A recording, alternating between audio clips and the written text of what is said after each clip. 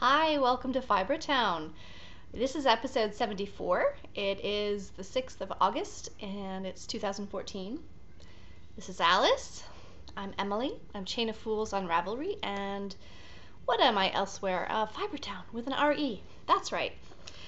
You can find me on Instagram, Ravelry. That's pretty much it. Where else? Oh, on the blog, which is fibertown.blogspot.com, fiber with an R-E, on the Ravelry group, and here in my house. Alice is doing very well. She has slimmed down in a week. I wish I could do that.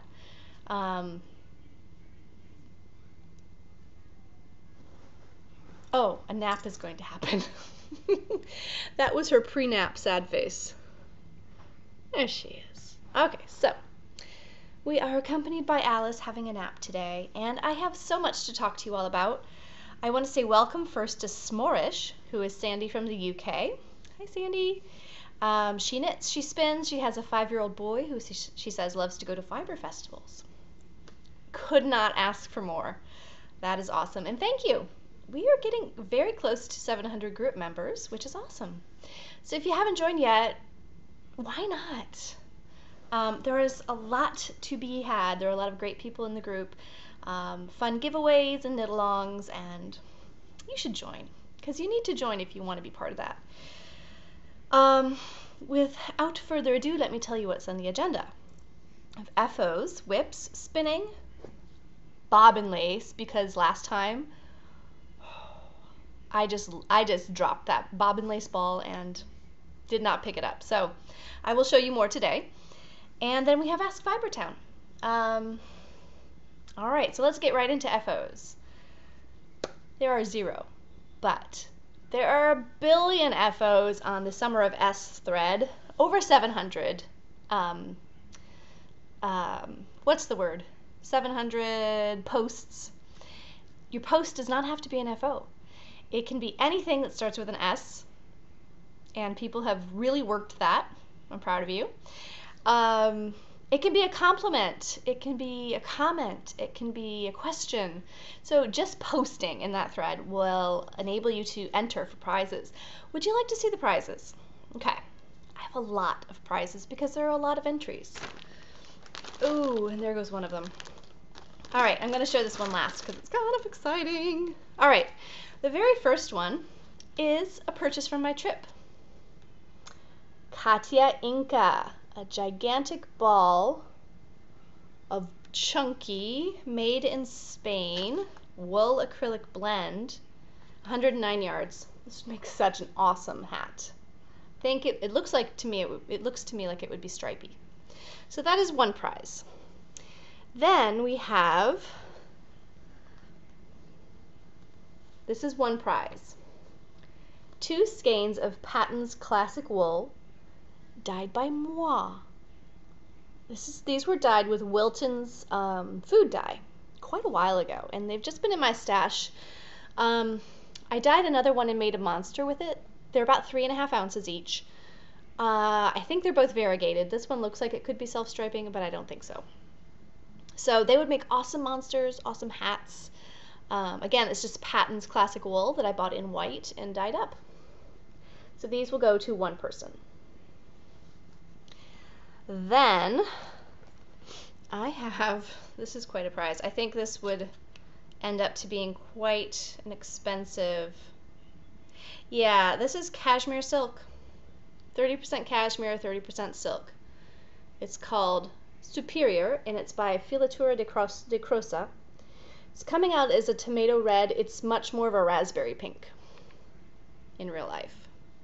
3 skeins, y'all. You could make all sorts of things. These have 328 yards per ball. So those will go to another winner. Then we have 100% alpaca, sport weight, 2 skeins of this.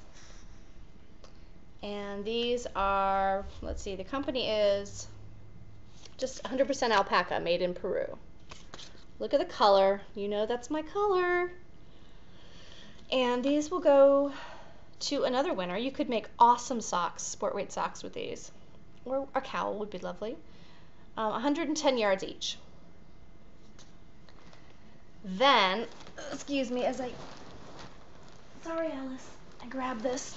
Now, this might be exciting for folks who are overseas, because I know this is hard, well, not hard, but it's not as easy to find there. Patton's Croy socks. Croy. Believe it or not, this is the same colorway. This is the, what's it called? Rusty Stripes, I think. Yes, Rusty Stripes. This is just wound differently. It's got the same colors. Pair of socks, y'all. Those will go to another winner. 2 fiber prizes as well. No, can you believe this? Well, it's a 3-month-long knit-along. There needs to be prizes. Some of these prizes are, at least the next 2 prizes were generously gifted to me as a prize giveaway by a lovely lady in Texas. You know who you are, in Houston. And she super generously gifted me some amazing fiber. The first is by Hilltop Cloud UK. I've never tried any of their stuff, but I'm going to let you all have it. This is a mass hem, 75% mass hem, 25% milk protein. Very interesting blend. It's a lovely lavender. And that looks like it's 4 ounces. And then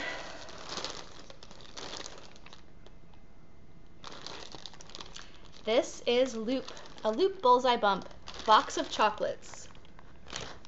5.1 ounces, you guys. This has merino, nylon, and Angelina. Let me just open this a wee bit to show you. Yeah, looks like a heart. Yeah. So that is the final prize for the Summer of S. Are you excited? So you've got till the end of this month. It's August, so keep the posts coming, and you could be a winner. Winner, winner, chicken dinner. Okay, let's move on to whips. Works in progress. So I have my sock. I believe I showed you my finished sock last week. Oh, my needles are popping through my bag. Where is that sock? Here it is. There's my finished sock. This is a Fildar yarn in the Comet colorway. It's a French brand. Do I still have the tag? I do not. It was Fildar Folk 100. So that's what it looks like in the skein. And here is sock number 2. My nails only look this good in the summer. Okay, Fildar, that's sock number 2. I reorganized my sock drawer the other day, and I'm ready for winter. Winter is coming. I love my sock wearing weather. Okay, so that is work in progress number 1. And that is just my coming and going kind of project. Doesn't get worked on a ton right now because I'm not out of the house much. And that's my purse knitting. Let's see, the Hitofude and the Viajante, they're both frogged. They are no more, and I'm fine with that. It was the right call. So, what else have I been working on? There hasn't been a lot of knitting that I can show you because one of the things I'm working on is a design / designs. I'm very excited. There's been a lot of working and knitting and ripping out and knitting again and ripping out and knitting again and knitting swatches, and I'm enjoying it. So I can't tell you more than that, but it's been what I've been knitting most of this week. Other than my mitered square blanket. Remember this gigantic thing? This is worsted weight mostly, maybe some sport thrown in there. But I did knit one square out of, there it is, out of my loop hand spun that I used for my Ekanen cotton, and I still have another square's worth. So yeah, it's gray and then it fades into a mint plus a gray. So that lives in this basket on top of my piano. And then occasionally I'll just stand there and knit a square. Or I'll knit on a square. That is it for works in progress. Let's talk spinning. I have been spinning a lot. I showed you guys one bobbin of my Maryland Mermaid, and I was debating last week whether I would keep it as a single or I would two-ply it. And I ultimately decided single. It's going to be a shawl or a shawlette. I finished spinning it, and here it is. It is not felted. It is just a single. And I have this in a place of prominence so that I can just look at it when I pass by. It's in my dining room in a basket, which is actually, my dining room is actually part of the craft room. And I just love to look at it. 750 yards of a single out of 4 ounces.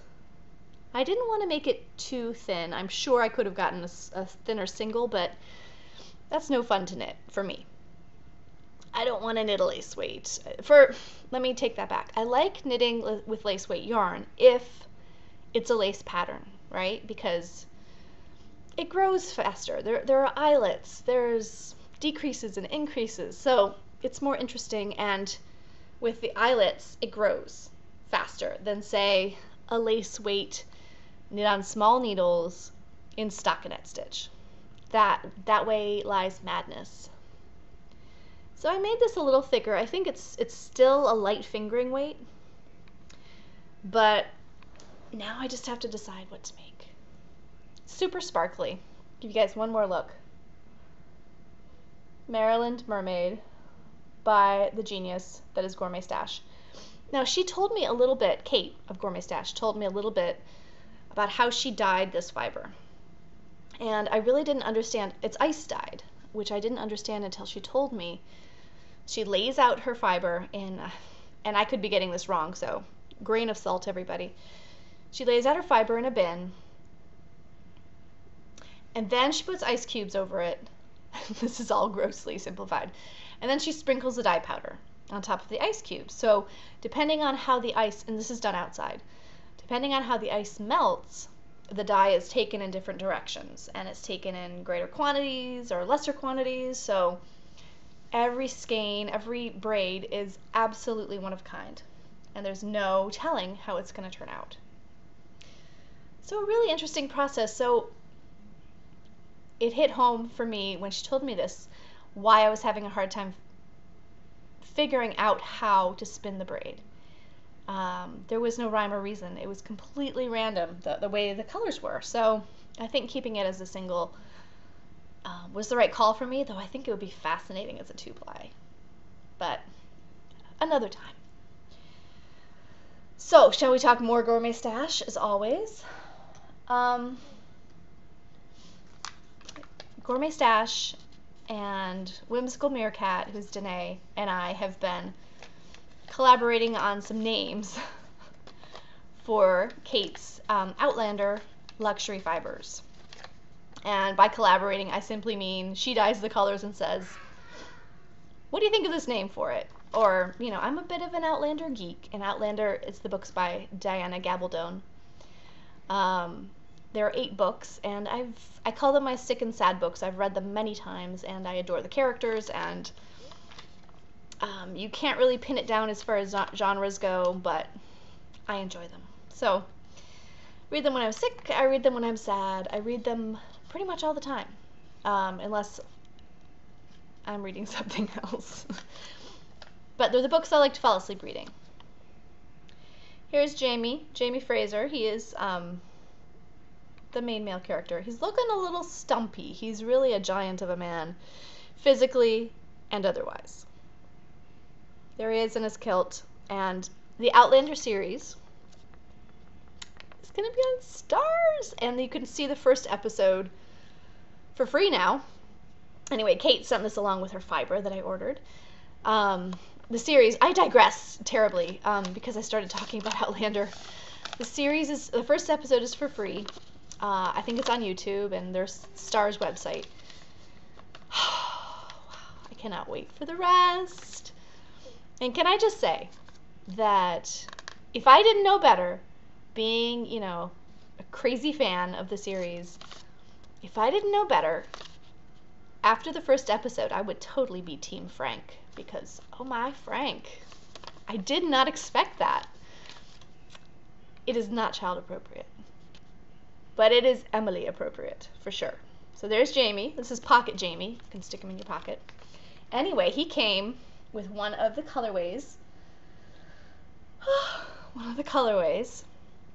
That the Kate dyed, which is astounding. And I will take a little credit for this one, because I said, I want a Waterweed colorway. And darn if she didn't snap it up. Like, she whipped up something amazing right away. And here it is. This is 50/50 yak silk. There's sort of the color. 50/50 yak silk. It's much richer than this, actually. It's chartreuses, and there's a little bit of Kelly green right there. There's some of the natural showing through. This is 50/50 yak silk. Can I just say that one more time? So this went directly, if you're an Outlander fan, you might get the Waterweed reference. So this went directly on my bead whirl spindle, and I haven't had time to spin much of it, but it glows, it shines, it spins very thinly, and I'm just going to sit here until it focuses. This is a Spanish peacock. There we go. Spanish peacock bead whirl. Look at that. And the yak is just like little fluffy bits of goodness. Very short staple. The silk is a very long staple, so they hold each other together.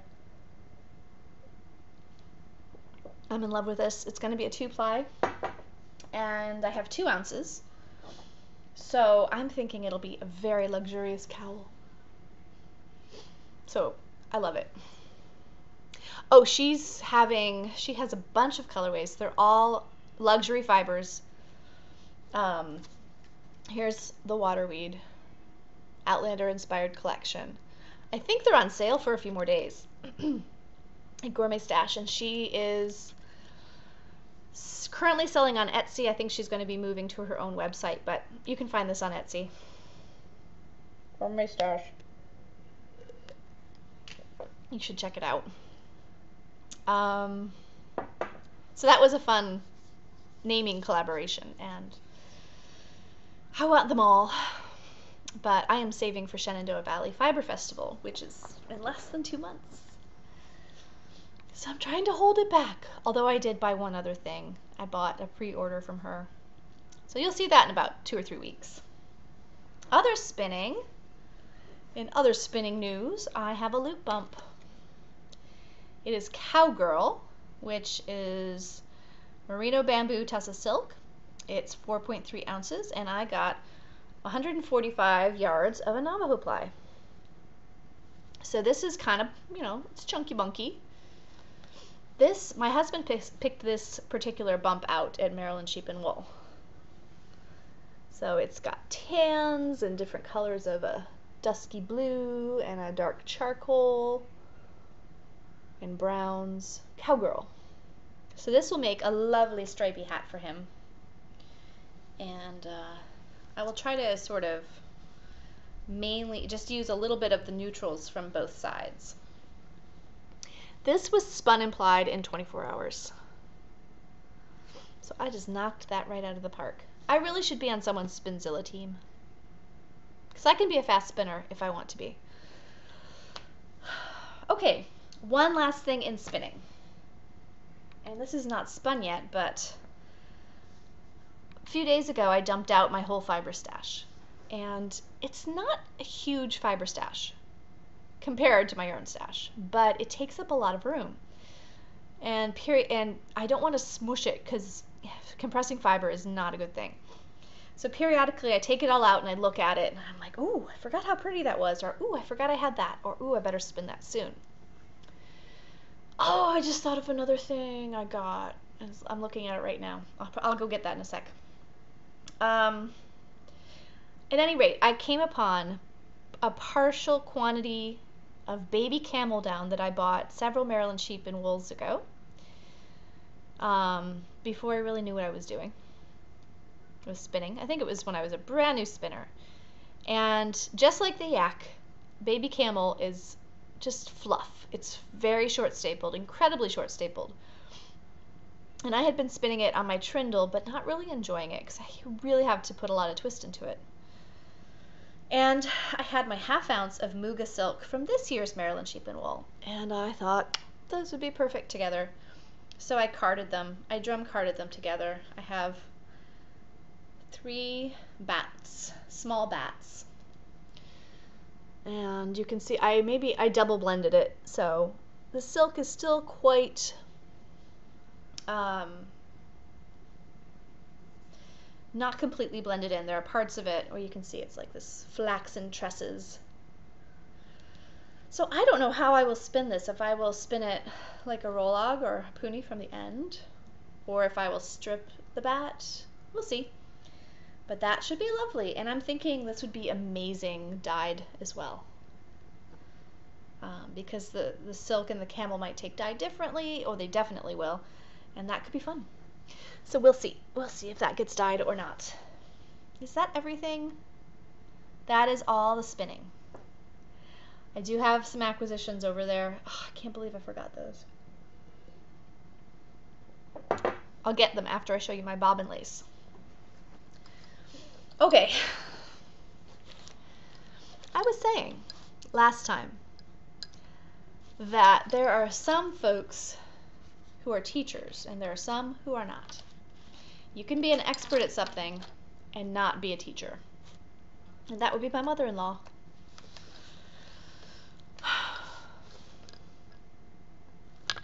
She started me on this pattern.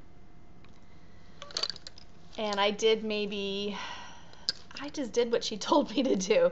She wasn't breaking it down for me. She probably did it up until about here, and I don't know if you can see it that well. But you have this bolster, which she did send me home with supplies, so if I want to try to figure this out, I can. So this is a bolster that's filled with straw. You can feel the straw in here. Then you have this foamy, flexible foam that is pinned to the bolster. And then I have a lot of bobbins with, this is not a natural material. I don't know if it was acrylic or polyester, but the thread, excuse me, was something else. So yeah, I don't know what else to say about this. Looks like a little porcupine, doesn't it?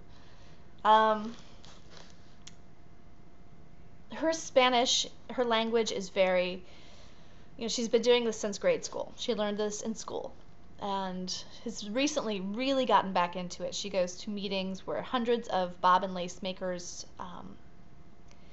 come and meet up all at once, and the noise of the click-clacks is deafening, apparently. But she said this was a super simple pattern, but I just needed the basics. I needed somebody to break it down and tell me what to expect and tell me what to look for. And what she was able to do was just guide me through the steps of this pattern and do a lot of it herself, quite frankly. So I am not ruling out trying this again by myself. New crafts can look hard at first, but knitting looked hard at first, and it was hard when I first tried it, and I couldn't remember anything, and I couldn't remember how to cast on. So I'm not ruling it out, but we'll see. I have the supplies, which I don't think were that easy to come by. So she still has lots of materials, and she makes, you've seen her work. It's amazing, and it's beautiful, and yeah, she would say things like paqui, paya, caraca, caraya. I have no idea what that means. I also didn't have the language of the vocabulary in Spanish of the bobbin lace, or in French, because she only knows the vocabulary really in Spanish. We've always communicated in French together, although more Spanish as I get better at Spanish, but that's the bobbin lace for now. I don't know if you'll ever see it again. We'll see. Okay, Ask Fibertown. I'm considering calling my son over to get me those goodies. You guys don't mind. I'm just gonna hop up. You guys just watch Alice nap for a minute, okay? Okay. Stay there, baby. Okay.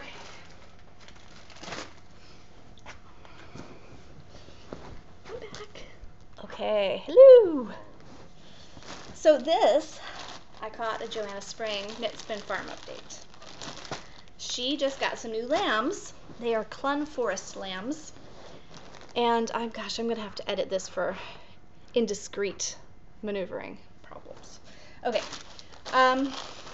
Joanna Spring Knit Spin Farm on Etsy. She has some new Clun Forest lambs. So I got 2 ounces to try. It's very springy. And I've been wanting to try Clun Forest for a while. When I turned 40, my husband and I went to the Inn at Little Washington in Washington, Virginia, which was an indulgence beyond all indulgences. I'm just going to leave it at that. And they have a flock of sheep that is guarded by a llama, and they are Clun Forest sheep. So I, of course, was trying to find out where that fiber goes. Is there any fiber for sale here? Do you have fiber? Do you have yarn? Nobody knew what happens to the fiber, but they had a lovely little flock of Clun Forest. So I was excited to see it in her shop, and I snapped up 2 ounces just to try. I also snapped up a bat. Let's see. This is called Mix of Clouds and Sun. It's BFL, Finn. I like some Finn. Cheviot Falkland, Silk Noil, Silk, and Sari Silk. 3-ounce bat. And it's just gorgeous. I haven't opened it up yet. Let's do that here. Let's just open it up. Ooh, very nice. Soft in here.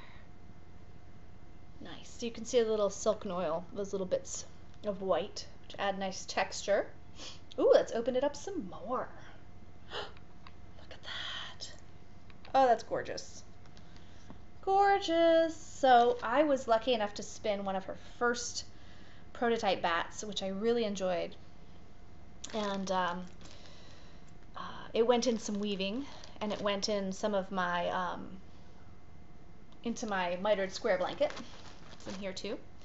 So I am very excited to give this a shot. I think this is going to be super fun to spin. It's really, really nice. Really nice. Look at the sari silk down there. So, that's Knit Spin Farm on Etsy.com, Joanna Spring. Okie dokie. Okay. Oh, we haven't talked too much. Let's end up with some Ask Fibertown. Yep, there goes a bat. Little Alice. Okay, Ask Fibertown. La la la la la. I meant to do a bunch more of these questions last time. Let's see. Did I ask what's your favorite heel for did I answer that one? What's your favorite heel for socks? I think I did. Heel flap, bottom of the foot gusset. End of story. Here's another one. This is from Taylor H. How do you find time to knit, spin, weave, and keep up with all the family and housework? And maybe related, what's your favorite time of day to craft? Let's answer the second part first. Every time of day. I don't have a favorite time. I subscribe, I guess, to the theory that, as the French say, petit à petit, l'oiseau fait son nid. Little by little, the bird makes its nest. So, in other words, every little stitch counts. And if you're just getting 5 stitches here or there, that adds up. So, now that my kids, I guess, how do I find time to craft with everything else? My house isn't very clean. It's passable most of the time. Now that my kids are older, it's not as hard as it used to be. What I used to do was I would have different projects in different parts of the house. For example, I would have a plain project in the bathroom so that I could work on it during bath times. And it was usually something I could work on and read at the same time, because we do a lot of reading in the bathtub. Whoever is monitoring the bath reads. So I would get, 10, 15 minutes knit during bath time. I would also have a project, and it was up high. We have a bar counter in our kitchen/family room. It's an open space, and there's a bar counter that divides the kitchen from the family room, and it's attached to the kitchen counter, but it's a little higher up than the kitchen counter. And I would just stand at the edge. You can knit standing up. I think that's a key, especially for mothers of young children. Knit standing up. Nobody can grab your knitting. I would put my knitting on the bar counter and stand up and knit. And while the kids were doing their thing in the family room, I was right there with them, and I was knitting. As I said, I keep my mitered square blanket on the piano. I pass by. I maybe knit a few rows on a square. So then I have bedtime knitting, which is usually something very simple as well. I used to crochet at red lights. I don't do that so much anymore. But my route for a while, my work route on the way to work, included a really bad construction zone. And I remember I would sit at this red light for 4 minutes maybe, which doesn't sound like a lot of time. But you can almost whip out a tiny little granny square in 4 minutes. And my Babette blanket was crocheted a lot of those little squares at red lights. And, crocheting, you can just throw it down and you don't have to worry about stitches falling out, or if they do, they're easy to fix. So, yeah, gotta be creative, I guess. Although I am lucky because this is the second year I have not worked outside the home. And it's been wonderful for my crafting. I was working 2 jobs for a number of years, for 4 years, and one of those years I was working 3 jobs. One of them was my private clients. And we just made a drastic change as a family, made a decision to mix things up, and I will say that the mental health of the whole family is much better for it. So for now, I'm not working outside the home, and I have a lot more liberty to kind of do what I want, especially now that everyone's in school all day. Yeah. So, and that work-a-day thing was, a husband who's working in the city, I'm working here, 2 children in 2 different schools. It was insanity. So we just made that decision for me to stop working for a few years. And I'll tell you, that work got in the way of my knitting time. Okay, so let's see. Okay, let's see. Yes, this is number 15. This is posted by Karen SWB. You seem very knowledgeable about different sheep breeds and their fiber. Did you take classes to learn so much about fiber and spinning, or did you gain all your knowledge and experience on your own through books? When I hear you speak about different fibers, as you're processing them, you just know what they want to be as far as yarn. I'm impressed by this, and I want to know how you know. I want to know how you know what you know. I had to think about that for a minute. So Karen, I will recommend a few things. So the Fleece and Fiber Source Book by Deb Robeson and Carol Acarius. It's a tome. It's a reference book. It's a really fun, interesting book. I would recommend getting that. They make recommendations about uses of the fibers, preparation for the fibers, all of those things. And those are recommendations. Then I would say the other way I've learned is through watching other podcasters. Although, take it with a grain of salt, because they may not be the expert, although most podcasters who spin and talk about this are gaining knowledge as they go and sort of sharing. And that's how I feel about myself. Like I'm constantly learning, but I do feel like I learn from other podcasters and other spinning friends. Just chatting, there's no substitute for, I wouldn't say not really a mentor, but somebody who is knowledgeable in that field and talking to them personally. And then this is a great one. This is something that really solidified fiber's understanding for me. It is on Craftsy. It is a free class. I think it's called Know Your Fiber, and it's taught by Deb Robeson, one of the authors of the Fleece and Fiber Source book. Absolutely watch it.